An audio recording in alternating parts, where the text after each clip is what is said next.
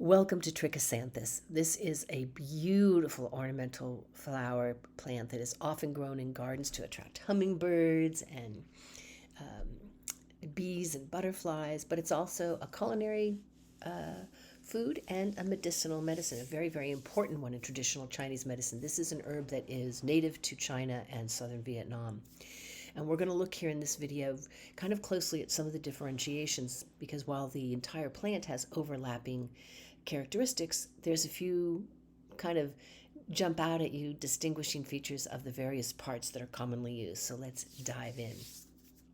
Now we're talking very specifically here about Trichosanthes keralaui that's the traditional Chinese medicine variety. In Ayurvedic medicine, they're going to be making more use of Trichosanthes dioica. So if you see those two botanical names, that's what we're referring to with similar overlapping properties. You may also know this as Chinese cucumber or snake gourd, paywall, it's sometimes called as well.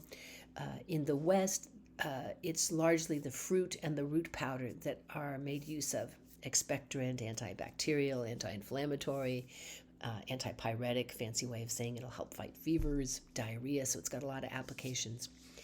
Now in the East, the seed itself of this fruit is kind of considered to be most focused on pain and swelling. The other parts do as well, but the seed comes in strong with this.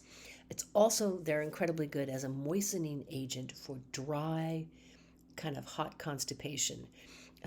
And that's not uncommon with seeds. Cannabis seeds do the same thing. They're considered wonderful for it. Very safe, very gentle, so very good for the elderly, for those that have been sick and can't handle a strong laxative to get their bowels moving. So the seeds of Trichosanthes, cannabis seeds too, but Trichosanthes seeds are very good for that. So this easing digestion, inflammation, pain and swelling. If you've got that going on, the seeds kind of come into play. Then you have the fruit. Now the fruit itself is sweet and cold, as is the whole plant has this kind of variety. These qualities of being sweet and cold, and very important for the lung and stomach in particular, and large intestines. So the fruit is going to help ease congestion, open the diaphragm up, and clearing what's called heat and phlegm. Now, phlegm in traditional Chinese medicine isn't just mucus, the way it would be in the West.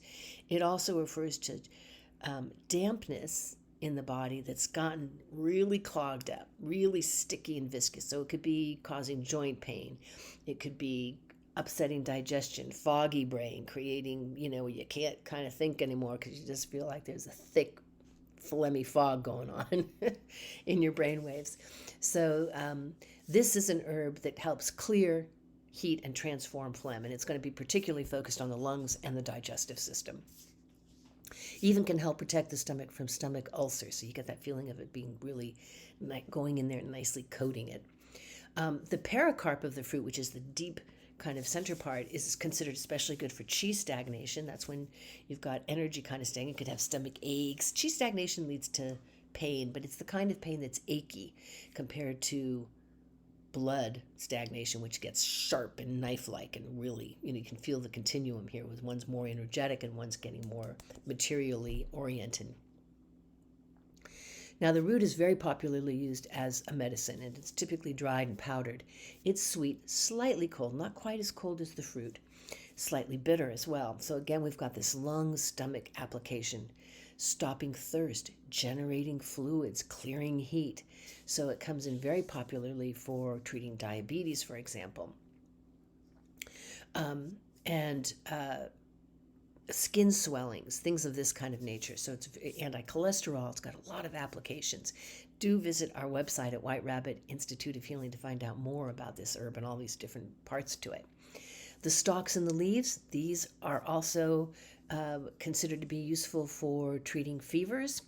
In Ayurvedic medicine, the juice of the leaves, again of Trichosanthes dioica, is very popularly used as a tonic, febrifuge, that's the fancy way of saying countering a fever, enlarged liver.